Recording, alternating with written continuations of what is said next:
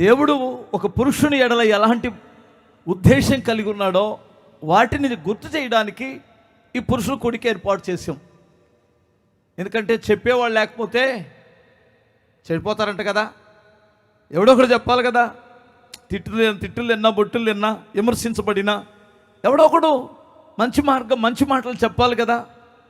అందుకని మీరు వినడానికి ఆసక్తి కలిగి ఉన్నారు. నేను నాకు తెలిసిన ఒక 3-4 మాటలు మీకు చెప్పాలనుకున్నాను. పరిశుద్ధ గ్రంథములో పురుషుని గురించి దేవుడు చాలా అద్భుతమైన విషయాలు మాట్లాడారు. అందులో ఒక అద్భుతమైన సంగతి పౌలు గారు ఏమన్నాడంటే, కొరింథీయులకు రాసిన మొదటి పత్రిక 11వ అధ్యాయం 7వ వాక్యములో ఒక మాట ఉంది. పురుషుడైతే దేవుని పోలికయు మహిమునై ఉన్నాడు. గమనించాలి. పురుషుడైతే దేవుని పోలికయు ఆయన మహిమనై ఉన్నాడు. గమనించాలి. ఇప్పుడు దేవుడు మనల్ని పుట్టించిన ఉద్దేశాన్ని మీరు ఒకసారి ఆలోచించండి. దేవుడు ఎలా ఉంటాడు అంటే నువ్వు ప్రత్యేకంగా ఆలోచించాల్సిన అవసరం లేదు. ఒక పురుషుడు లాగా ఉంటాడు దేవుడు. ఒక పురుషుడు పోలికలే దేవుళ్ళలో ఉన్నాయి. దేవుని పోలికలే పురుషుల్లో ఉన్నాయి. అదే ముక్కు, అదే గడ్డం, అదే రూపం. అలాగే యాస్టిస్గా ఆయనలాగే పురుషుడును సృష్టించుకున్నాడు దేవుడు. ఎంత ఇష్టం ఉందో చూడండి మీరు. దేవునికి ఎంత ఇష్టంగా ఉన్నాడో మన ఎడల ఒక్కసారి మీరు ఆలోచించండి. ఆయన యొక్క పోలిక మాత్రమే కాదు, ఆయనకు మహిమ తెచ్చే బిడ్డలుగా బ్రతకాలని దేవుడు కోరుకుంటున్నాడట. ఇప్పుడు నీ ద్వారా నా ద్వారా దేవునికి మహిమ వస్తుందా, అవమానము కలుగుతుందా? ఆలోచిద్దాం. నేనే గొప్ప మర్మాలు ఏం చెప్పడం లేదు ఇక్కడ. దేవునికి మన ద్వారా మహిమ వస్తుందా? పుట్టించిన దేవుడికి, సృష్టికర్త అయిన దేవునికి మన ద్వారా మహిమ వస్తుందా? అఘనత వస్తుందా? ఘనత వస్తుందా? ఈ రాత్రి ఒక్కసారి ఆలోచించండి. ప్రియులారా, మీరు గమనిస్తే పురుషుని గురించి, దేవుడిచ్చిన ఆధిక్యతల గురించి ఎన్నో చెప్పొచ్చు. అంత టైం కూడా లేదు. ఇప్పటికే 9:15 అయింది. నేను 10 గంటలకు ముగించడానికి నిర్ణయం తీసుకున్నాను. అంటే దాదాపు 45 నిమిషాలు నేను మాట్లాడుతాను ఇక్కడ. ఈ 45 నిమిషాల్లో నేను చెప్పాల్సిన విషయాలు చెప్పాలి. నేను చెబుతున్న దేవుని మాటల యందు లక్ష్యం ఉంచండి. మంచి మనసుతో వాక్యం వినండి. మంచి మనసుతో వాక్యం వినండి. అప్పుడు మీరు నూరంతలుగా ఫలిస్తారు. విమర్శాత్మక వినకండి. అర్థమవుతుందా? యేసు ప్రభు వారు వాక్యం చెప్పేటప్పుడు రకరకాలైన మనుషులు వచ్చి అక్కడ కూర్చున్నారు. ఒకడేమో కూటం అయిపోయిన తర్వాత భోజనం పెడతారని కొంతమంది వచ్చారు. ఒకడేమో నాకు ఇదంతా గోలెందుకు, ఆయన చెప్పే మాటలు నాకు అనవసరం, నాకు స్వస్థత వస్తే చాలనేవాడు ఇంకొకడు వచ్చాడు. ఇంకొకడు ఎలా వచ్చాడంటే, అసలు ఇది మనోడు ఏం చెబుతాడో చూద్దాం, ధర్మశాస్త్రానికి వ్యతిరేకంగా ఉన్నాడో అనుకూలంగా ఉన్నాడో, ధర్మశాస్త్రానికి వ్యతిరేకంగా మాట్లాడితే అప్పుడు చూద్దాం అన్నటువంటి వారు కొంతమంది వచ్చారు. మరి కొంతమంది ఎందుకు రాజకీయంగా వచ్చి కైసరునికి వ్యతిరేకంగా ఏమైనా మాట్లాడతాడేమో చూద్దాం అని రాజకీయంగా ఉన్నటువంటి వారు కొంతమంది వచ్చారు. అర్థమవుతుందా? మరికొంతమంది ఆయన అద్భుతమైన ఉన్నతమైన వర్తమానాలు విని పరలోక రాజ్యం కొరకు సిద్ధపడాలని వచ్చినటువంటి వారు ఉన్నారు. మనం ఏ రకమో మనకు తెలియదు, దయచేసి గమనించాలి ఇంతమందిలో. కానీ నాకు తెలియదు, కానీ ప్రభువుకు తెలుసు. కనుక దేవుని వాక్యాన్ని జాగ్రత్తగా మనం ఆలోచిస్తే, ఒక పురుషుడిని దేవుడు ఎందుకు ఏర్పాటు చేసుకుంటాడు అంటే, మూడే మాటల్లో నేను చెప్పేసి ముగిస్తాను. హల్లెలూయా చెప్పాలి ఒకసారి. కుటుంబానికి ఒక నావికునిగా ఉండాలని దేవుడు పురుషుడిని సృష్టించాడు. అర్థమవుతుందా? అందుకనే పురుషుడిలో పుష్కలంగా నాయకత్వపు లక్షణాలు ఉంటాయి.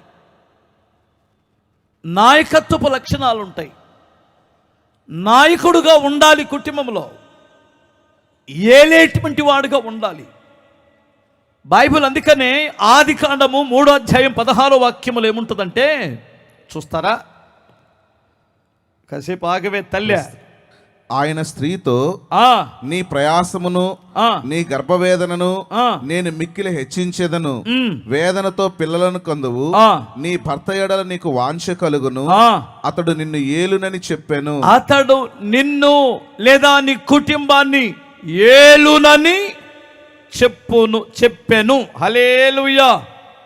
దయచేసి మీరు గమనించాలి. ఇప్పుడు ఏలే బాధ్యత ఎవరిది? పురుషుడిదే కదా. ఇప్పుడు మీరు చాలామంది క్రికెట్ చూస్తుంటారు కదా. క్రికెట్ జట్టుకి ఒక కెప్టెన్ ఉంటాడు కదా, ఒక సైన్యానికి ఒక అధ్యక్షుడు ఉంటాడు కదా. వినాలి, ప్రతిదానికి ఒక నాయకుడు అనేటువంటి వాడు ఖచ్చితంగా ఉంటాడు. మీ ఇంట్లో నాయకుడు ఎవరు? బాధ్యత ఎవరిది? వినాలి. అంటే మేము ఏలటం లేదా పాస్టర్ గారు అన్నట్లు మీరు కొంతమంది ఒక రకంగా ఫీల్ అవుతారేమో. హల్లెలూయా. నేను చెప్పాలనుకున్న విషయం ఏమిటంటే, ఏలేటువంటి వాడంటే భార్య పిల్లలను కాపాడేవాడే నాయకుడు. రెండు చేతులు చెప్పండి ఒకసారి. భార్యను పిల్లలను కాపాడగలిగినటువంటి వాడు. గమనించాలి, వారి బాధ్యతను వహించినటువంటి వాడు, వారిని సంరక్షించేటువంటి వాడు, వారి కొరకు కష్టపడేటువంటి వాడు. ఇంకా గమనించాలి, ఇంకా చెప్పాలంటే వారిని అన్ని విషయాలలో, నీ కుటుంబంలో నా భర్త ఉన్నాడు, నా తండ్రి ఉన్నాడు, నా యజమానుడు ఉన్నాడనే భరోసా నీ ద్వారా కలగాలి ఇంటికి. కానీ ఎంతమంది ద్వారా భరోసా కలుగుతుంది కుటుంబానికి? నా తండ్రి ఉన్నాడు, నాకు ఫీజులు కడతాడు, నా తండ్రి ఉన్నాడు, నన్ను నడిపిస్తాడు, నా తండ్రి ఉన్నాడు, నా బాధ్యతలను చూసుకుంటాడని ఎంతమంది పిల్లలు సంతోషించగలుగుతున్నారు? తండ్రి మీద భరోసాగా ధైర్యంతో బ్రతకగలుగుతున్నారు. ఒకసారి మీరు ఆలోచించండి. అర్థమవుతుందా? హల్లెలూయా చెప్పగలవా? చాలామంది బాధ్యతను విడిచిపెట్టేసి, పిల్లల ఎడల బాధ్యతను విడిచిపెట్టేసి, వారిని కాపాడవలసినటువంటి తండ్రి ఆడి సుఖాన్ని ఆడు చూసుకొని దురలవాట్లకు బానిసైపోయి, త్రాగుడుకు బానిసైపోయి, అర్థమవుతుందా, ఇంట్లో తిన్నారా తినలేదా ఏమి జరుగుతుందో తెలియనటువంటి వారు చాలామంది ఉన్నారు. దేవుడు నిన్ను అందుకొరకు పుట్టించలేదు. డోక్రా అప్పులు చేసుకుంటున్నారు స్త్రీలు. డోక్రా కట్టాలండి, ఆ డబ్బులు 2 లక్షలు 3 లక్షలు వస్తే నువ్వే వాడుకున్నావు. కానీ ఆ డబ్బులు నెల నెల ఇంత కట్టాలంటే నాకు సంబంధం లేదు అంటాడు. ఏంది ఆలోచిస్తున్నారు? కాదా?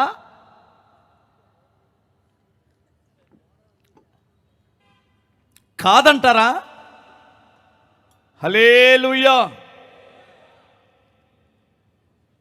నీ బాధ్యత కాదంటారా? ఒక మనుషుడు కష్టపడేటువంటి వాడుగా ఉన్నప్పుడు నీ కుటుంబాన్ని నువ్వు కాపాడగలవు. నీకు కండలు ఎక్కువ, ఎముక పుష్టి ఎక్కువ, హైట్ ఎక్కువ, వెయిట్ ఎక్కువ నీ భార్య కంటే, అవునా కాదా? చెప్పాలి. ఎందుకు అలా ఇచ్చాడు దేవుడు? ఆవు బలము వేరు, ఎద్దు బలము వేరు. ఎద్దును ఎందుకు ఇచ్చాడంటే దున్నడానికి ఇచ్చాడు దేవుడు. దానికి అందుకు బలం ఇచ్చాడు. ఆ బలంతో ఊళ్ళో ఆవులు అమ్మడబడడానికి కాదు కదా. దాని పేరేంటి? ఆంబోతు.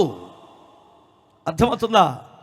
ఇప్పుడు అది కూడా ఎద్దులాగా దున్నపోతు కూడా కాదు, ఎద్దులాగా తిని ఏ ఇంటికి పడితే ఆ ఇంటికి వెళ్ళి తినొస్తుంటుంది. ఒక ఇల్లు లేదు, ఒక యజమానుడు లేదు, ఒక దగ్గర ఉండదు. అది దాని పేరేంటో అంబోతు. అదేనండి మనోళ్ళు చాలామంది తిట్టుకుంటారు. ఒరే ఎద్దా, పనికి సావరా ఎద్దా అంటారు కదా. పల్లెటూరులో భలే ముద్దుగా పిలుచుకుంటారు. ఓ ఎద్దా, ఏ పలకడో అని. ఎక్కడే ఉన్న ఎద్దులు ఉన్నాయా? ఎద్దుగా ఉండండి, ఆంబోతుగా మాత్రం ఉండకండి. ఆంబోతులు ఏమి లేవు కదా ఇక్కడ. ఆంబోతు అంటే తెలుసు కదా, ఒక భార్య ఉండదు, ఆడికి భార్యలు ఉంటాయి. విచ్చలవిడిగా తిరిగేటువంటి వాడుకు ఉంటాడు. కష్టపడవలసిన నీవు నీ బలాన్ని పరస్త్రీలకు పనిచేయడం, నీ శక్తిని పరస్త్రీలకు పనిచేస్తే నీ కుటుంబం కొరకు నువ్వేమి కష్టపడతావు? సోమరిపోతూ. ఒకసారి మీరు ఆలోచించాలి. దేవుడు నేను ఒక నాయకుడుగా దేవుడు కుటుంబంలో ఉంచితే ఆ నాయకత్వపు లక్షణాలు నీలో ఏమున్నాయి? తిట్టడానికి పిలిచినట్టుంది కదా, నన్ను ఏమనుకోవద్దే.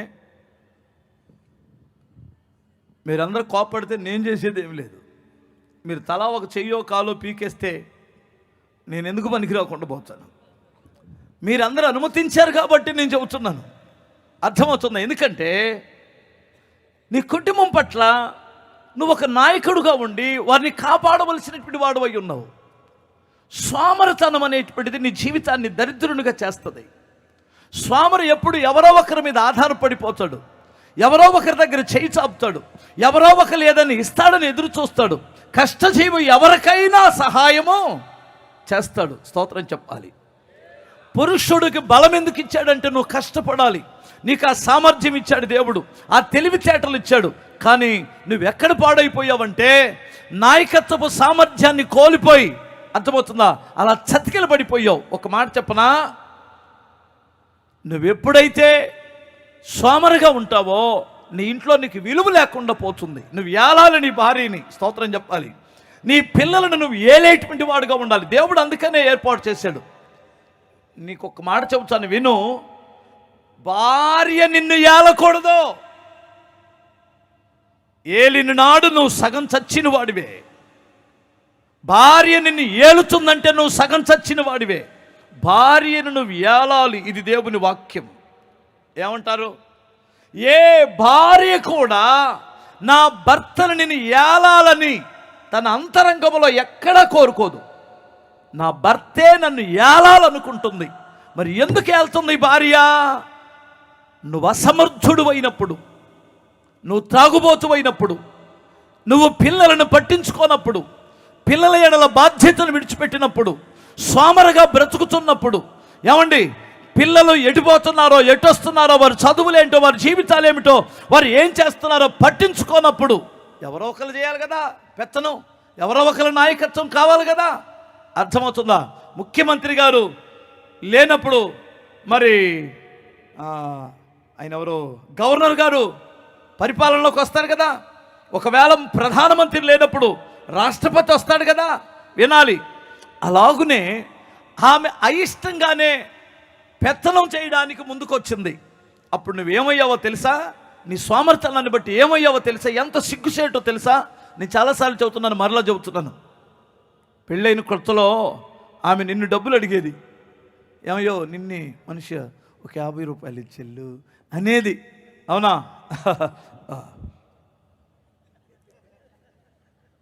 ఇలా లాగి 100 రూపాయలు ఇమ్మంటావా అనేవాడివి. అర్థమవుతుందా? మా ఆయన వస్తున్నాడేమో, వచ్చేటప్పుడు ఏమైనా తెస్తాడేమో ఎదురు చూసేది. 1 సంవత్సరం అయింది, 2 సంవత్సరాలైంది, 3 సంవత్సరాలైంది, ఏదో ఫంక్షన్కి వెళ్ళావు, ఆడెవడో పోసాడు, నువ్వు దాగావు. ఉచితంగా అదేంటి ఎలక్షన్ వచ్చిందని నువ్వు తాగావు. అర్థమవుతా? ఊరకు వస్తుందని తాగావు, దినానికి వెళ్ళి తాగావు కాదా? ఎవడో చచ్చాడని తాగావు, ఊరికినే పోస్తున్నారని సీసాలు తెచ్చి పెడతారు కదా అక్కడ. అలా అలవాటు చేసుకున్నావు. చేసుకున్న తర్వాత అలవాటు అయిన తర్వాత మరి రోజు ఊరికే రాదు కదా. వారానికి ఒకసారి మొదలుపెట్టావు, వారంలో 2 సార్లు అయింది, రోజుకు ఒక్కసారి అయింది, ఇప్పుడు రోజుకు ఉదయం సాయంత్రం అయింది. ఇప్పుడు ఫుల్గా రాకపోతే వణుకుతున్నావు. వేసిన తర్వాత కానీ స్టడీ. హల్లెలూయా. ఈ మధ్య ఎక్కడో మా కీబోర్డ్ వాళ్ళ అబ్బాయిలు ఎక్కడికి వెళ్ళారో, ఏదో ఊరు వెళ్ళాను అబ్బాయి నేను. ఏదైనా ఊరు వెళ్తే ఆడ ఫుల్ తాగుపోతాడట కీబోర్డ్ అబ్బాయి. ఆడి చేతులు ఎలా అంటున్నాయి, ఎట్టెట్టు అంటున్నాయి. ఏందాడు వణుకుతున్నాయి అన్నాను. అంటే అక్కడ ఆ తపలబ్బాయి ఏమన్నాడంటే ఆడికి పడితే కానీ సరిగ్గా వేస్తాడన్నాడు. అర్థమైనా? ఆడికి వణుకునేస్తున్నాయి చేతులు, గడగడగడ వణుకుతున్నాడు. అసలు కీబోర్డ్ సరిగ్గా వాయించలేకపోతున్నాడు. సరే ఆ స్టేజీ సాట్కి వెళ్ళిరండ్రా అంటే స్టేజీ సాట్కి వెళ్ళి వచ్చాడు. ఆ తర్వాత వాయించాడు, ఎరగదీసేశాడు.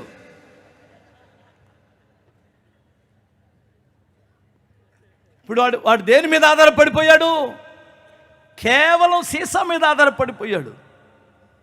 పొద్దున్నే ఎవడైనా పనికి పిలిస్తే మేస్త్రి ఒకటిస్తే అనే కాడికి అయిపోయాడు వీడు. ఒకప్పుడు ఎంత హుందతనంగా దర్జాగుండేటువంటి వాడు, చివరికి వాడిని ఎవడో పనికి పిలవక సిగ్గులేనటువంటి వాడిగా తయారై ఇప్పుడు భార్య ఇంటికో ఇప్పుడు వచ్చిందో ఆమెను ఒక 100 రూపాయలు అడుక్కుందామని చూస్తున్నాడు. 98 రూపాయలు 99 రూపాయలు అంట కదా సీసా. ఏమనుకోకండి అమ్మాయి ప్రమిళ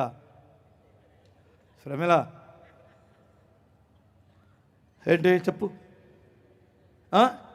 ఎందే? ఏం లేదు,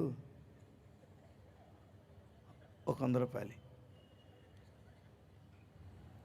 నిన్న ఆదివారం 500 ఏం చేశావు? నిన్నటి ఈరోజు అడిగితే ఎలా? నిన్నటి అయిపోయి ఈరోజు ఏమంటాడు? అవునా కాదా? అరే ఎంతటి వాడు ఎంత దిగజారిపోయాడండి. ఒకప్పుడు ఇలా పెట్టాడు, ఇప్పుడు ఇలా అయిపోయాడు. నువ్వు ఒక నాయకుడు అయ్యా, ఒక నాయకత్వపు లక్షణాలు నీలో ఉన్నాయా? ఏం చేసుకున్నావు వాటిని? పిల్లలని ఆరా తీయవలసినటువంటి నీవు, నా కొడుకు ఎక్కడికి వెళ్ళాడు, నా కూతురు ఎక్కడికి వెళ్ళిందని చూసుకోవలసినటువంటి నీవు, నువ్వు ఎక్కడ పడిపోయావో, మా నాన్న ఎక్కడ పడిపోయాడో చూసుకోవాల్సి వస్తుంది. అయ్యో, ఆ కుటుంబానికి ఎంత తలనొప్పిగా మారున్నారో మీకు చేతులు జోడించి బ్రతిమలాడు చెప్తున్నాను. నువ్వు ఒక నాయకుడిగా బ్రతకాలి అనుకుంటే పోయిన సామర్థ్యాన్ని కోల్పోయిన నీవు, ఆ స్వరూపాన్ని, ఆ ప్రేమను, ఆ నీతిని కోల్పోయిన నీ కొరకు, నా కొరకే ప్రభు కల్వారి సిలువలో మరలా తిరిగి ప్రాణం పెట్టవలసి వచ్చింది. నువ్వు మరలా తిరిగి కల్వారి దగ్గరికి రాగలిగితే, ఆ రక్త ప్రోక్షణ దగ్గరికి నువ్వు రాగలిగితే, నిన్ను మరలా నూతన సృష్టిగా దేవుడు చెయ్యగలడు. హల్లెలూయా. మా నాన్నే దానికి సాక్ష్యం, మరి ఎవరో కాదు.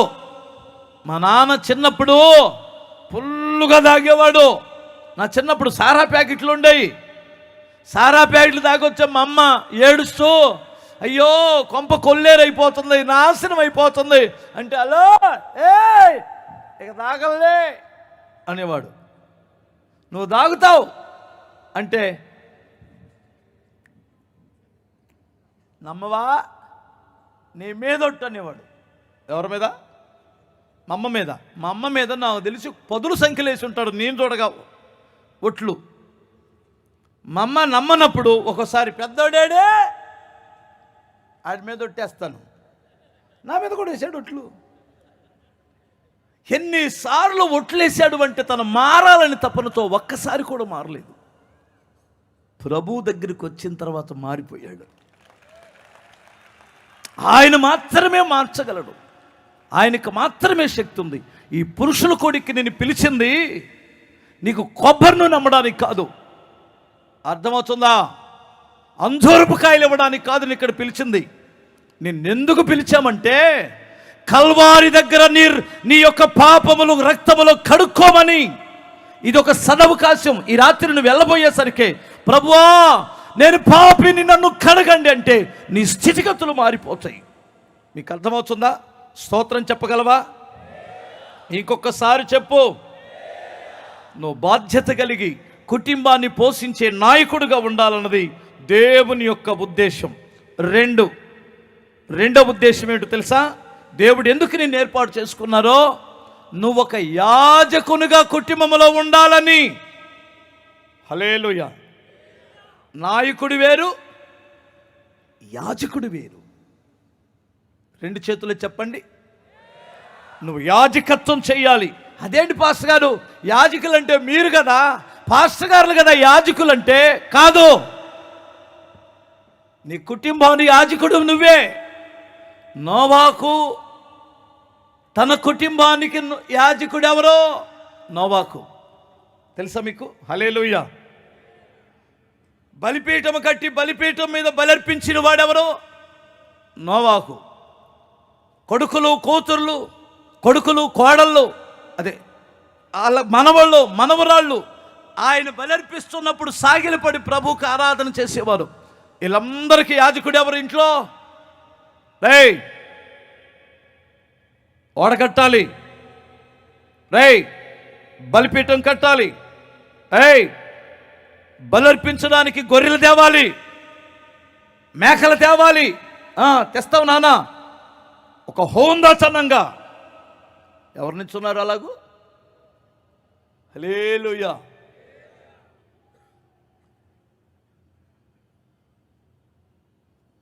అబ్రహాం ఎవరు? ఆ ఇంటికి యాజకుడు, ఆయన కదా బలర్పించాడు. ఇస్సాకు ఎవరు? ఆ ఇంట్లో యాజకుడు. యాకోబు ఎవరు? ఒక యాజకుడు. ఎక్కడ? ప్రజలకు కాదు, తన కుటుంబానికి యాజకుడు. స్తోత్రం చెప్పాలి. ఎందుకు ఈ విషయాలు చెబుతున్నాను వినండి జాగ్రత్తగా. నువ్వు నీ ఇంట్లో ఎవరు? యాజకుడు అంటే దేవునితో సంబంధం ఉన్నాడు కదా. దేవునికి కుటుంబానికి మధ్యవర్తి, దేవునికి ప్రజలకి మధ్యవర్తి ఎవడు? యాజకుడు. ఇప్పుడు దేవునికి నీ కుటుంబానికి మధ్యవర్తివు నువ్వేనా? 128వ కీర్తనలో ఆ యాజకుడు కనిపిస్తాడు, కుటుంబ యాజకుడు. హల్లెలూయా. చదవండి ఒకసారి. యెహోవాయందు భయభక్తులు కలిగి, యెహోవాయందు భయము భక్తి కలిగి, ఆయన త్రోవలయందు నడుచువారందరూ ధన్యులు. ఆయన త్రోవలయందు నడుచువారందరూ ధన్యులు. నిశ్చయముగా నీవు నీ చేతుల కష్టార్జితం అనుభవించదవు. ఇక్కడికి వచ్చాడు ఆ నాయకుడే, ఇక్కడ యాజకుడు. ఆ నాయకుడే ఇక్కడ యాజకుడై నిశ్చయముగా నీ చేతులు కష్టార్జితము నీవు అనుభవిస్తావు. నీవు ధన్యుడవు, నీవు ధన్యుడిగా ఉంటావు. నీకు మేలు కలుగును, నీకు మేలు కలుగుతుంది. నీ లోగిట నీ భార్య ఫలించే ద్రాక్షవల్లిగా ఉండును. నీ పిల్లలను నీ భోజనపు బల్ల చుట్టూ నీ పిల్లలు ఒలీవ మొక్కల వలె నుందురు. యెహోవాయందు భయభక్తులు గలవాడు ఇలాగు ఆశీర్వదించబడును అన్నాడు. హల్లెలూయా చెప్పండి ఒకసారి. నువ్వు ఇంతకీ యాజకుడివేనా? 2 చేతులు చెప్తావా? యాజకుడు పొద్దున్నే లేచి ఆదివారం ఎక్కడికి వెళ్తాడు? పొద్దున్న లేచి యాజకుడు ఎక్కడికి వెళ్తాడు?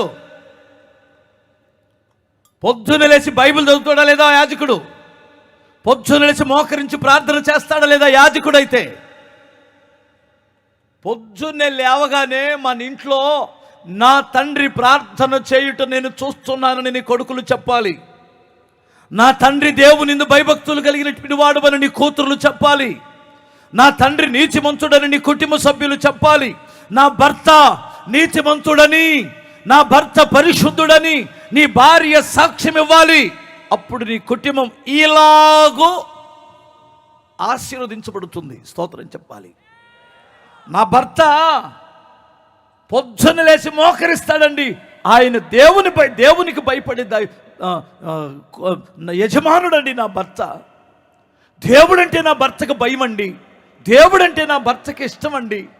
దేవుని సన్నిధికి వెళ్లకుండా ఉండలేడండి అని చెప్పాలి. మీరేమంటారు? స్తోత్రం చెప్పగలరా?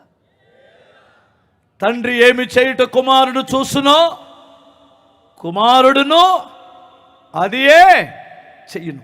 యాకోబు ఒక మాట అన్నాడు, నా తండ్రి భయపడిన దేవుడు, నా తండ్రి భయపడిన దేవుడు అన్నాడు. అంటే ఇస్సాకు ఎవరికి భయపడతాడు? చెప్పండి అయ్యా, ఎవరు చెప్పారు ఆ మాట? యాకోబు చెబుతున్నాడు, కుమారుడు చెబుతున్నాడు, మా నాన్నకి దేవుడు అంటే భయం అండి. కొన్ని నెలల్లో మా నాన్నకి మా అమ్మ అంటే సచ్చే భయం అండి. హల్లెలూయా. మా అమ్మ అంటే ఎందుకు భయం? అమ్మ అంటే ఎందుకు భయం? ఏదో అధవేశం వేశాడు. వినాలి జాగ్రత్తగా. ప్రియులారా, మీకందరికీ నేను మనవి చేసేది ఏమిటంటే, నువ్వు ఒక నాయకుడివై ఇంట్లో యాజకుడిగా ఉండి, యాకోబు ఒక మాట అన్నాడు, మనము లేచి బేతేలునకు వెళ్ళుదుము అన్నాడు. లేవండి, మిమ్మల్ని మీరు శుచిపరచుకోనండి, మీరు మిమ్మల్ని శుభ్రపరచుకొని మనం బేతేలుకి వెళ్ళాలి అన్నాడు. భార్య లేచి, అవయ్యా మనం బేతేలుకి వెళ్దామంటే, సోదే నువ్వు వెళ్ళు, అనే స్థాయికి నువ్వు దిగజారిపోతే నీ కుటుంబం ఎలా ఆశీర్వదించబడింది ఒకసారి మీరు ఆలోచించండి. దేవుడు నిన్ను ప్రేమిస్తున్నాడు. నీ కుటుంబం బాధ్యత నీ మీదే ఉంచాడు. నీ కుటుంబాన్ని నడిపించుకోవాల్సిన పద్ధతులన్నీ నీ మీదే ఉంచాడు. ఆ భారమంతా నీ మీదే ఉంచాడు. తన ఇంటి వారిని ఏలలేని వాడు సంఘమును ఎలాగో ఏలుతాడని మాతో కూడా హెచ్చరించాడు దేవుడు. మీ ఇంటి వారిని ఏలాలి, వారిని యాజకులుగా ఉండి దేవుని సన్నిధికి నడిపించాలి. హల్లెలూయా. మీరు ఒక్క మాట ఆలోచించండి బ్రదర్.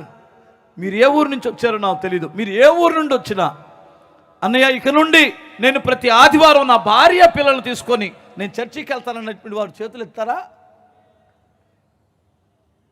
ఆల్రెడీ వెళ్ళేటువంటి వారు అయినా చేతులు ఎత్తచ్చు. నిండు వందనాలయ్యా, ఒకళ్ళారా ఎవరన్నా ఉన్నారా వెళ్ళనటువంటి వారు? ఒకసారి మీరు వినండి, నీ విలువ పెరిగిద్ది, నీ పరిస్థితులు మారిపోతాయి. నీ దేవుని సందులో నువ్వు ఎప్పుడైతే విజ్ఞాపన చేస్తావో, ఏమండి, నీ పరిస్థితులన్నీ చక్కదిద్దగలిగిన వాడు దేవుడు. నీ తెలివితేటల మీద ఆధారపడవద్దు, నీ సామర్థ్యం మీద ఆధారపడవద్దు. బాధకరమైన విషయం చెప్పనా? ఒక ముస్లిం సహోదరుడు రోజుకి ఎన్నిసార్లు నమాజ్ చేసుకుంటాడు? 5 మార్లు. 5 మార్లు వెళ్తాడండి నమాజ్కి. ఎంత పని ఉన్నా పక్కన పెట్టేస్తాడు. ఒక హైందవ సహోదరుడు పొద్దున్నే లేవగానే పూజా గదిలోనికి వెళ్ళి చక్కగా ఒక అరగంట అయినా పూజ చేసుకొని, తలాపైకి స్నానం చేసి పూజ చేసుకొని బొట్టు పెట్టుకొని బయటికి వెళ్తాడు. వీడు పాశిమొహం కూడా కడగడం. ఏమనుకోమాకండి. ఎందుకు అనుకున్నారు? దేవుడు మనం చూసి అసహించుకునేది ఎందుకు అనుకున్నారు? దేవుడు నీ మీద ఎంత ఇష్టం కలిగి ఉన్నాడో, ఎంత ప్రేమ కలిగి ఉన్నాడో, నువ్వు దేవుని ఎడల అంత ఇష్టంగా బ్రతుకుతున్నావు. దేవుడు నీతో మాట్లాడుతున్నాడు. మీ అమ్మ ద్వారా మాట్లాడతాడు, నీ భార్య ద్వారా మాట్లాడతాడు నీతో. ఇప్పుడు దైవ సేవకుని ద్వారా కూడా దేవుడు నీతో మాట్లాడుతున్నాడు. హల్లెలూయా. దేవుడికి నీ పట్ల ఉన్నతమైన ఉద్దేశం ఉంది. ఒక బలమైన సంకల్పం ఉంది దేవునికి నీ ఎడల. నీ చేతులారా నువ్వు పాడు చేసుకుంటున్నావు. నువ్వు దేవుని సన్నిధిలో నిలబడాలని దేవుడు కోరుకుంటున్నాడు. నువ్వు నిలబడగలిగితే గొప్ప కార్యాలు చూస్తావు, గొప్ప కార్యాలు చూస్తావు. హల్లెలూయా. ఇంకొకసారి చెప్పగలవా? నువ్వు యాజకుడిగా ఉండాలని కోరుకుంటున్నావా? నీ కుటుంబానికి నువ్వే ఆధారమైనటువంటి వాడిగా ఉంటే ఎంత బాగుంటుందో. హల్లెలూయా. ఇంకొకసారి చెప్పండి. ఇంకో మాట చెబుతానే. భార్యకి ఒక భర్త యజమానుడుగా ఉన్నాడు. ఇక్కడ ఆగుతాం. ఒక 15 నిమిషాలు చెబుతాను. స్తోత్రం చెప్పాలి. ఎవరు? కుటుంబంలో నీ తల్లికి, తండ్రికి, నీ ఇంటి వారికి, నీ ఇంట్లో వారు అందరికీ నువ్వెవరివి? నాయకుడివి. నాయకత్వాన్ని సమర్థవంతంగా ఏలేటువంటి వాడుగా ఉండాలి. నీ పిల్లలని ఏలాలి, వారిని కాపాడాలి, వారిని సంరక్షించాలి, వారి బాధ్యతలు వహించాలి. నీ సుఖభోగాలు చూసుకోవద్దు. నువ్వు నీ కుటుంబంలో ఒక యాజకునిగా ఉండాలి. నీ పిల్లల భక్తిలో ఉన్నారో లేదో చూసుకోవాలి. నీ పిల్లలను నడిపించుకునే బాధ్యత నీదే. నీ భార్యను దేవుని మందిరానికి నడిపించుకొని దేవునికి సన్నిహితంగాను దేవునితో సత్సంబంధం కలిగి బ్రతికేటట్లు నడిపించవలసిన వ్యక్తివి నీవే. నీ మీదే ఉంది బాధ్యత. అసలు దరిద్రము కొంపకొచ్చింది అని మనం అనుకుంటామే, అది నీ ద్వారానే అయి ఉండొచ్చు. అవునా కాదా? హల్లెలూయా. ఒప్పుకుంటారా? అలా అయితే ఒప్పుకోరు. ఆయన ఎవరో వాడలో ప్రయాణం చేస్తున్నాడు. ఇలాగే పెద్ద తుఫాను రేగింది. వాళ్ళ ఆచారాలు ఏమిటంటే, కాసేపు ఎవరి దేవుళ్ళు వాళ్ళని మొక్కొండ్రు బాబు అంటే మొక్కున్నాడు, బలుడు అర్పించారు. ఏం బోటర్లా. అసలు ఈ దరిద్రం అంతా ఎందుకు వచ్చిందిరా, ఎవరి ద్వారా వచ్చిందిరా, ఒకసారి సీట్లు వేయండి అన్నాడు. సీట్లు వేస్తే ఒకటి పేరు వచ్చింది. ఎందుకంటే అక్కడ ఆ వాళ్ళ ఎంతమంది ఉన్నారో అంతమంది పేర్లు ఉంటాయి కదా వాళ్ళ దగ్గర. ఆడేడిరా, ఆడి పేరేంటి? యోనా అంట. యోనా అనేటువంటి వాడు ఎక్కడున్నాడు? ఏడు చూడండి అంటే మన మధ్యలో ఏం లేరన్నారు. ఏడున్నాడు చూడండి వాళ్ళు అంటే, వాడు అడుగు భాగానికి వెళ్ళి నిద్రపోతున్నాడు హ్యాపీగా. ఆయన వెళ్ళి ఎవడో ఒకడులే ఓ నిద్రపోతా, లేచి దేవుడికి ప్రార్థన చేసుకో అని లేపారు. సరే ప్రార్థన చేయాలా, మరల పడుకున్నాడు మనోడు. ఆ చీట్లు వేసినట్టున్నారు, ఈయన పేరు వచ్చింది. ఇంతకు తమరు ఎవరండి, తమరెవరో అని అడిగారు. అప్పుడు అంటాడు సిగ్గు లేకుండా, నేను భూమి ఆకాశమును కలుగు చేసిన సృష్టికర్త అయిన దేవునికి సేవకుణ్ణి అన్నాడు. మరి తమర ద్వారా అన్నట్టు కదా దరిద్రం. సేవకుడు అయితే, నువ్వు యాజకుడు అయితే నీ ద్వారా ఆశీర్వాదం రావాల్సింది, మరి ఎందుకు కొంపక దరిద్రం వచ్చింది? అంటే అంటే నేను దేవుడు చెప్పింది ఒకటండి, నేను చేసేది ఇంకొకటండి. అందుకనండి తమరు ఎక్కడ పెడితే అక్కడ కాలిపోయిద్దండి, బూడిదయిద్దండి. అర్థం కాలేదా? స్తోత్రం చెప్పాలి. దేవుడు చెప్పింది ఒకటండి, దేవుడు మాట్లాడుతుంది ఒకటండి, నేను చేసేది ఇంకొకటండి. మరి ఇప్పుడు ఏం చేయమంటావు ఏంటి అన్నాడు. ఆయన పరిష్కారం అంటూ ఉంటే నేనుంటే మీరు పోతారు అన్నాడు. మరి నువ్వు ఉంటే మరి నేనేం చేయాలి? సముద్రంలో వేసేయండి అన్నాడు. దరిద్రం వదిలిపోయింది మీకు, నన్ను సముద్రంలో వేయండి అన్నాడు. వాళ్ళు భయపడిపోయారండి. అయ్యి బాబా మీ దేవుడు గొప్పోడు అంటున్నావు, భూమి ఆకాశాన్ని కలుగు చేసిన దేవుడు, సర్వాధికారిని దేవుడు అంటున్నావు, మరి నిన్ను సముద్రంలో ఎత్తే ఆయన మమ్మల్ని చంపేస్తాడేమో. చంపడో బ్రతికిస్తాడు. ఎందుకంటే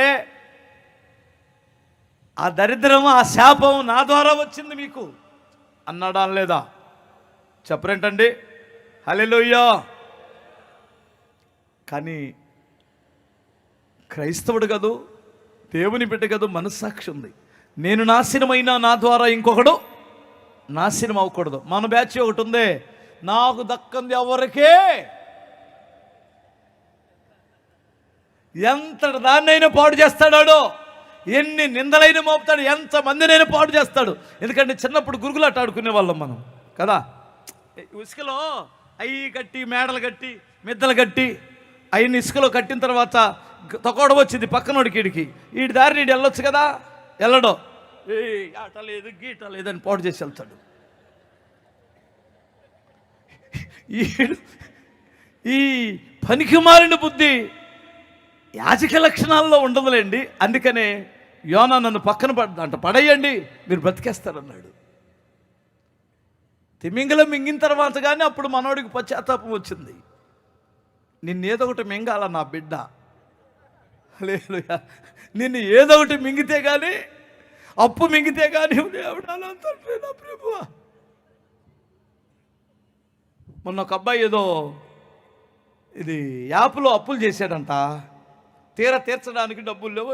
వాళ్ళు భయంకరంగా మాట్లాడతారంట కదా యాప్లో డబ్బులు తీసుకుంటే. తల్లిని, భార్యని భయంకరంగా మాట్లాడతారట. తట్టుకోలేక చచ్చిపోతానని వచ్చాడు. నేను చెప్పాను, నానా చేయకూడదు, చేసావు, ఇంక చేసేదేముంది, వారు తిట్టిన ఆ సిమ్ తీసి పక్కన పెట్టి జాగ్రత్తగా ఉండరా, చచ్చిపోతారని వచ్చాడు. కొంతమంది ఒక రకంగా చూస్తున్నది, ఎవడోవాడు ఉంటాడు ఇక్కడ ఆ బాధితులు. సిమ్ తీయాలా తీయొద్దా, నా బయోడేటా మొత్తం వాడి దగ్గర ఉంది. అది కాక ఏఐ వచ్చింది,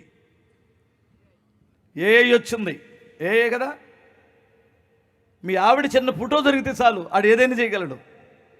ఎట్లా పడితే అట్లా పిచ్చి పిచ్చి అప్పులు చేయకండి, మీకు దండం పెట్టి చెబుతున్నాను. అర్థమవుతుంది. గంజి దాగి బ్రతకండి. దుర్మార్గంగా ఉన్నటువంటి సమాజంలో కాస్త మెలకువ కలిగి ఉండండి. ఎత్తి అందులో వేసిన తర్వాత తిమింగలం కడుపులో పశ్చాత్తాపం వచ్చింది. నువ్వే తిమింగలం చేతిలో పడ్డావో అర్థమవుతుందండి, దాని కడుపులో కానీ పశ్చాత్తాపం వస్తే అదే వ్యక్తి 1,20,000 మందికి ఆశీర్వాదకరంగా మారాడు. చప్పట్లు కొట్టండి ఒకసారి. అదే వ్యక్తి, ఆ వ్యక్తే ఒక దగ్గర శాపగ్రస్తుడుగా ఉంటే మరొక దగ్గర ఆశీర్వాదకరమైన వ్యక్తిగా మారాడు. కారణం మారాడు, బ్రతుకు మార్చుకున్నాడు. అదే నీ జీవితానికి ఆశీర్వాదం. హల్లెలూయా. ఇక్కడ ఒక్కొక్క మాట చెప్తాను. అదే మూడో మాట ఏమిటంటే, భార్య జీవితంలోనికి నువ్వు ఎలా ఉండాలి? యజమానుడుగా ఉండాలంటాడు. హల్లెలూయా. శారా అబ్రహాం గారిని ఏమని పిలిచేది? ఆ ప్రకారము శారా ఆ, అబ్రహామును యజమానుడని పిలుచుచు అతనికి లోబడి ఉండెను. యజమానుడు కనుక లోబడి ఉంది. అంతే కదా, యజమానుడు గనుక లోబడి ఉంది. యజమానుడు అంటే అర్థం ఏంటో చెప్పనా? హల్లెలూయా చెప్పగలరా? భర్త. భర్త అంటే భరించేవాడు. యజమానుడు అంటే నాథుడు. నాథుడు అంటే ఓ నాథా, నీవు తప్ప నాకు ఇంకెవ్వరు లోకములో లేరు అని ఆధారపడింది ఆ భార్య. భర్త అంటే నా బరువు భరించేవాడు, నా కుటుంబాన్ని నా యొక్క బరువు బాధ్యతలు భరించేవాడు నా భర్త. ఒక సెకండ్ ఇక్కడ ఆగుదాం. భరిస్తున్నామా? నిన్నెందుకు భరించాలి? Praise the Lord. ఇది ఉందిలే. భర్త అంటే భరించేవాడు కదా. ఎవరు భరించాలి పెళ్ళైన తర్వాత భార్యని? భర్తే భరించాలి. ఆమె బట్టలు ఎవరు తేవాలి? అన్నం ఎవరు పెట్టాలి? హాస్పిటల్ ఖర్చు ఎవరు చూపించాలి? భర్తే. భర్త లేదా ఏలేటువంటి వాడు. ఏలేటువంటి వాడంటే నాథుడు. నీవు తప్ప నాకేదో ఒక దిక్కే లేదనుకుంటుంది భార్య. నాథుడు అంటే నాథా నువ్వే నా నాథుడివి, నా దేవుడివి. హల్లెలూయా కదండి. ఎంతమంది నేనే నాథుడిని నా భార్యకి అన్నట్టు ఎంతమంది ఉంటున్నారు? నేను చాలాసార్లు చెప్పాను, మరలా చెబుతున్నాను, వినండి, ఇది మీకు ఉపయోగపడింది. ఒక భార్య భర్త మీద ఎంతగా ఆధారపడిద్దో, ఎంతగా నమ్మిద్దో ఒక మాట చెబుతాను. ఒక అమ్మాయికి పెళ్ళయి ఒక బాబు పుట్టాడు. ఆ బాబుకి 1 సంవత్సరమో 2 సంవత్సరాలు. ఆ అమ్మాయి మరలా చదువుకుంటుంది. పెళ్ళైన తర్వాత బాబు పుట్టిన తర్వాత కాలేజీకి వెళ్తుంది. ఆ కాలేజీలో ఒక ప్రొఫెసర్ గారు ఆ అమ్మాయిని పిలిచి బోర్డు మీద నీకు ఇష్టమైన 10 పేర్లు రాయి తల్లి అన్నాడట. టక టక టక టక 10 పేర్లు రాసేసింది. అమ్మది, నాన్నది, భర్తది, కొడుకుది, అత్తది, మామది, ఒక 4 ఎవరియో ఇష్టమైన వారి. ఆ ప్రొఫెసర్ గారు ఏమన్నారంటే, అమ్మ తల్లి ఒక 4 పేర్లు నీకు ఇష్టం, ముఖ్యం కాదు అనుకున్నటువంటి 4 పేర్లు తుడిపోయి అన్నాడు. ఆ కింద 4 పేర్లు తుడిపేసి 6 పేర్లు ఉన్నాయి. 6 పేర్లు ఎవరంటే అమ్మ, నాన్న, అత్త, మామ, కొడుకు, భర్త. ఇందులో ఒక 2 పేర్లు తుడిపోయి తల్లి అన్నాడు. ఒక సెకండ్ ఆలోచించి ఇళ్ళల్లో 6గురిలో ఏముంది, అత్త మామ ముందుగా తుడిపేస్తారు. ఈ సంబంధాలు తీసుకొచ్చేవాళ్ళు కూడా భలే తీసుకొస్తాడు. అత్తలేదు, మంచి సంబంధం పోగొట్టుకోమాకండి నా మాటనండి. అత్త లేకపోతే మంచి సంబంధం అంట. ఆడేవాడు మరి బుర్ర తక్కువడు. వీళ్ళకి మరి పుట్టిన తర్వాత వీళ్ళని ఎవడెత్తుకోవాలా? మనవలని మనవరాలని. తల్లిదండ్రులు లేకుండా పెరిగినటువంటి వాడు ఎంత బేవరసోడో అది కూడా ఆలోచించాలి కదా. ఏమనుకోమాకండి, తల్లిదండ్రులు లేనిటువంటి వారిని నేను తక్కువ చేసి మాట్లాడట్లేదు. అందరూ అలా ఉంటారని నేను అనట్లేదు. అమ్మానాన్న అడ్డమా? అమ్మానాన్న లేరు, సూపర్ సంబంధం తుడిపేసింది. ఎన్ని ఉన్నాయి బోర్డు మీద పేర్లు? 4 ఉన్నాయి. అమ్మది, నాన్నది, భర్తది, కొడుకుది. ఇందులో ముఖ్యం అనుకున్న 2 పేర్లు ఉంచేయమ్మా, ముఖ్యంగా నీ 2 పేర్లు తుడిసి అన్నాడు. కొంచెం చివుక్కన్నది గుండెల్లో.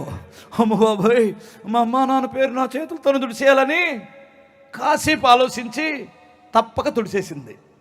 2 ఉన్నాయి బోర్డు మీద. ఎవరో తన కుటుంబం, తన భర్త, తన కడుపున పుట్టిన బిడ్డ ఉంది.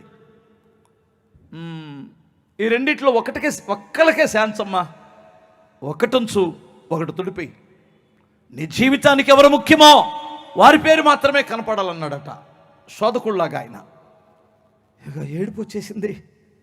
ఏడ్చుకొని నా జీవితంలో ముఖ్యం ఎవరు అనుకొని అమ్మాయి మనసులో ఏదో ఉంది కదా, అక్కడికి వెళ్ళి కొడుకు పేరు తుడిపేసింది. అందరు మీలాగే సైలెంట్ అయిపోయారు. ఈ పిల్లకు బుర్రుందా? కడుపును పుట్టిన బిడ్డ ముఖ్యం కాదనుకో తుడిపేసింది. అనుకొని అలా ఆలోచిస్తున్నప్పుడు ప్రొఫెసర్ గారు అడిగారు, అమ్మా కన్న తల్లిదండ్రులు ముఖ్యం కాదనుకొని తుడిపేశావు, కడుపును పుట్టిన బిడ్డ కూడా ముఖ్యం కాదనుకొని తుడిపేశావు, మధ్యలో వచ్చిన కట్టుకున్నాడు అంత ముఖ్యమా నీకు అంటే ఆ అమ్మాయి కళ్ళ మండీలు తుడుచుకొని ఒక మాట చెప్పింది, సార్ మా అమ్మా నాన్న నన్ను ఒక 20 ఏళ్ళు 25 ఏళ్ళు పెంచి నా భర్తకిచ్చారు, ఇంక వాళ్ళకే నాకు రుణం తీరిపోయినట్లే ఇంచుమించుగా. నా కొడుకును నేను ఒక 25 ఏళ్ళు పెంచి ఒక అమ్మకిస్తాను, వాళ్ళు ఎక్కడికో సటుకెళ్ళి బ్రతికేస్తారు. కష్టమైన, నిష్ఠూరమైన, వ్యాధైనా, ఆరోగ్యమున్నా, అనారోగ్యమైన, ఏ స్థితిలోనైనా నా అనుకునేటువంటి వాడు, నాది అనుకొని నన్ను పోషించేటువంటి వాడు, నా కొరకే బ్రతికేటువంటి వాడు, నాది అనుకునేటువంటి వాడు, నా కొరకు నా జీవిత కాలం అంతా తోడుండేటువంటి వాడు నా భర్త తప్ప ఇంకొకరు లేరు, ఆయనే నాకు ముఖ్యం. ఇంత ముఖ్యమనుకొని వచ్చిన నీ భార్యని తమరేం చేస్తారో నమ్మడో రూపాయి చేతికి ఇవ్వడో. అర్థమవుతుందా? ఏమండి, ఒక 1000 రూపాయలు నా దగ్గర పెట్టుకుంటే పిల్లలకి ఏదన్నా కొనిపెట్టుకుంటాను, నాకేదన్నా తినాలనిపిస్తుంది కదండి. సోదే నేను తెస్తాను కదా, న్యాయమేనా ఇది? ఆమె దగ్గర ఒక 1000 రూపాయలు ఉండడానికి అర్హురాలు కాదా? ఆమె వాడడానికి అర్హురాలు కాదా? చెప్పాలి. ఓ పిసినారి సంఘానికి ప్రెసిడెంటా?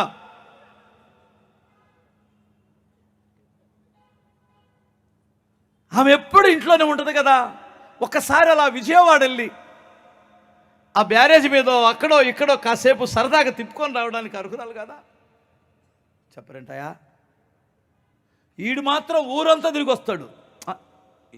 నువ్వు కాదులే, ఎవడో ఉన్నాడు నా దృష్టిలో. కాస్త అలా తిప్పుకొని రావడానికి అర్హురాలు కాదా? పొద్దుగుకులు ఇంట్లో ఉండి ఉండి ఉండి నువ్వు బజార్కి వెళ్ళి టీ తాగకపోతే నీకు పిచ్చెక్కింది కదా, బజార్లను తిరుగుతావు కదా. వినాలి, సమస్తమును త్యాగం చేసి వచ్చినటువంటి ఆ బిడ్డకి ఇంకొక వారమైన మాట చెప్పనా? ఆ ముందే బంగారం తిన్నావా అని దేన్నో అడుగుతాడు. ఏమవ్వాలి? నువ్వే సర్వస్వం అనుకొని నీ కొరకు వచ్చి 2-3 ఆపరేషన్లు జరిగి, ఏమండి, నీకు పిల్లలు కనివ్వడానికి, నీకు వారసుని కనివ్వడానికి తన జీవితాన్ని పాడు చేసుకుంది, తన ఆరోగ్యాన్ని పాడు చేసుకుంది. నువ్వు ఉంచుకున్నది బజారు మనిషి. ఆమె లాగా ఏమెందుకుంటుంది? మీకు అర్థమైందా? ఆ బరితెగించింది ఇష్టానుసారంగా తిరిగేటువంటి మనిషిని ఆమెకు ఆకర్షించబడ్డావు. ఈమె సంగతి ఏమిటి ఎప్పుడైనా ఆలోచించావా? న్యాయమేనది? జాగ్రత్త. భార్య కన్నీళ్లు పెడితే ఆ ఉసురు నీకు తగిలిద్ది. ఏమనుకోమాకండి. తగిలిద్దా తగలదా? అందరూ ఓపట్ల తగిలిద్దా తగలదా? ఇంట్లో ఆడపిల్ల తోబుట్టింది ఏడవకూడదనే సంగతి ఎంతమందికి తెలుసు? ఆహా,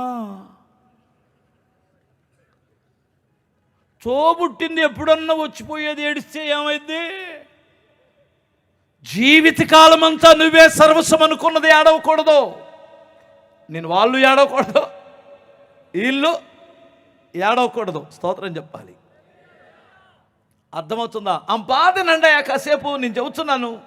నువ్వు నాదుడివి. ఆమెకి ఎవరు చెప్పండి? నాదుడినపోతే ఎవడింటాడు? మీ అమ్మ మీద తగాదు పెట్టుకోమని కాదు నేను అంటుంది. తగాదు పెట్టుకోవద్దు మీ అమ్మ మీద. ఆ బాధ విను. ఆమె కూడా అలాంటి కోరికలు లేవు.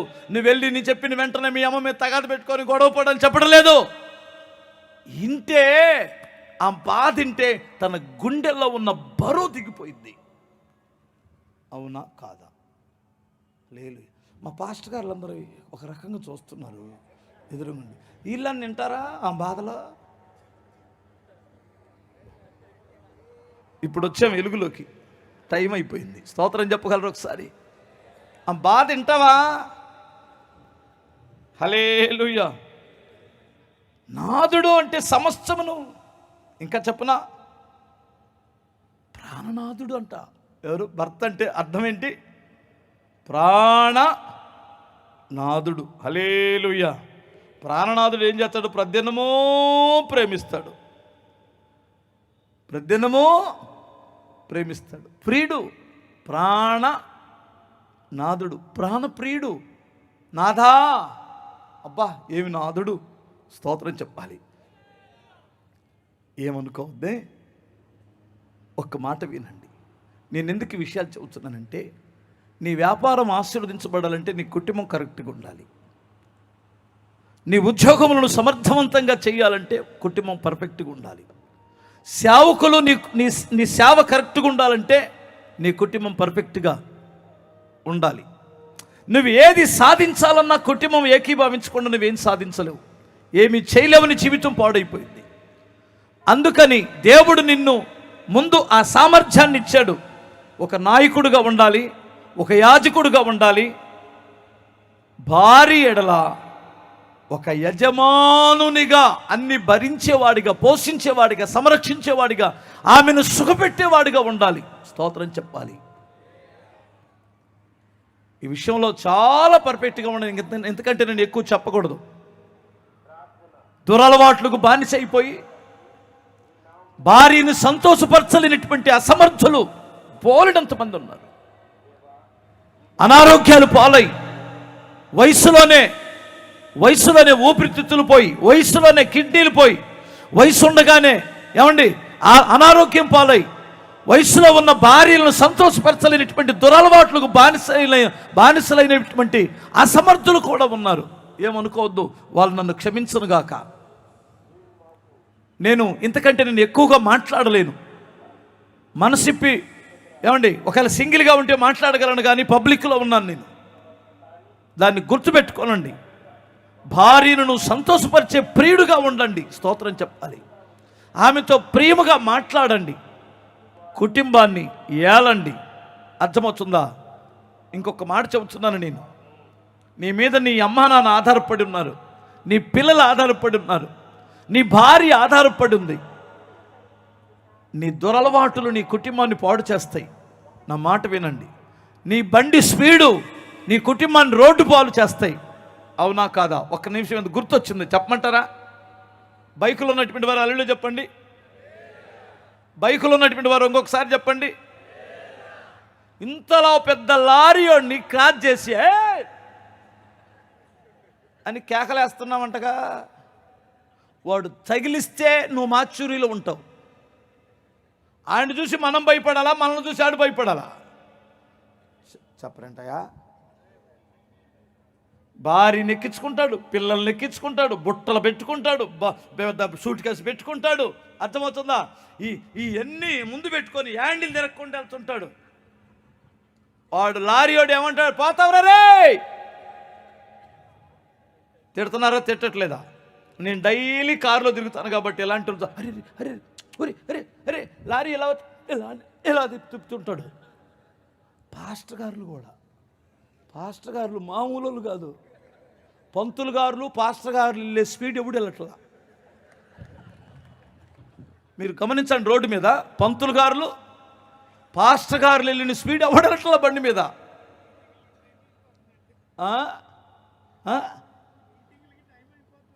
మీటింగ్ టైమే స్పీడ్ ఎక్కువ వెళ్తున్నారు. అసలు ఇటు నుంచి ఇటే పరలోకానికి వెళ్తే మీటింగ్ ఎవడు చూస్తాడు? ఇంకో పాట ఎక్స్ట్రా పాడతాడు ఎవడైనా. నువ్వు పోతే అర్థమవుతుందా? అందుకని కొంచెం స్పీడ్ తగ్గించండి. హల్లెలూయా. అమ్మ ఆధారపడిందయ్యా నీ మీద. చిన్నపిల్లడు మొన్న మేము ఒక ఊరు నుంచి అది తున్నుండి వస్తున్నాను. కరెక్ట్గా రాజమండ్రి దగ్గర ముగ్గురు పిల్లలు చిన్న పిల్లలు అండి, 20 ఏళ్ళు ఉన్న పిల్లలు. లారీ కొట్టేసిన టాప్ రోడ్డు మీద పడిపోయారు. రక్తపు మడుగులు గిలగిలగలు తన్నుకుంటున్నారు వాళ్ళు. ఆ తల్లిదండ్రుల పరిస్థితి ఏంటి? ఒక్కొక్కడే పడుతున్నాడు ఈ రోజుల్లో. ఇద్దరు కూడా ఛాన్స్ లేదు. ఆ ఒక్కడ చచ్చిపోతే స్పీడ్ తగ్గించండి. కుటుంబాన్ని జాగ్రత్తగా కాపాడుకోండి. దేవుని భయంతో బ్రతకండి. సరే, అయిపోయింది, ప్రసంగం అయిపోయింది. హల్లెలూయా చెప్పగలరా? దేవుడు మిమ్మల్ని మీకు ఇచ్చిన ఆధిక్యత చెప్పండి. మీరెవరు? కుటుంబానికి నాయకులు. కుటుంబానికి మీరెవరు? యాజకులు. నీ భార్యకి ఎవరు? ప్రాణనాథుడైన ఏలేవాడా యజమానుడివి స్తోత్రం చెప్పాలి. అలాగే బ్రతకండి.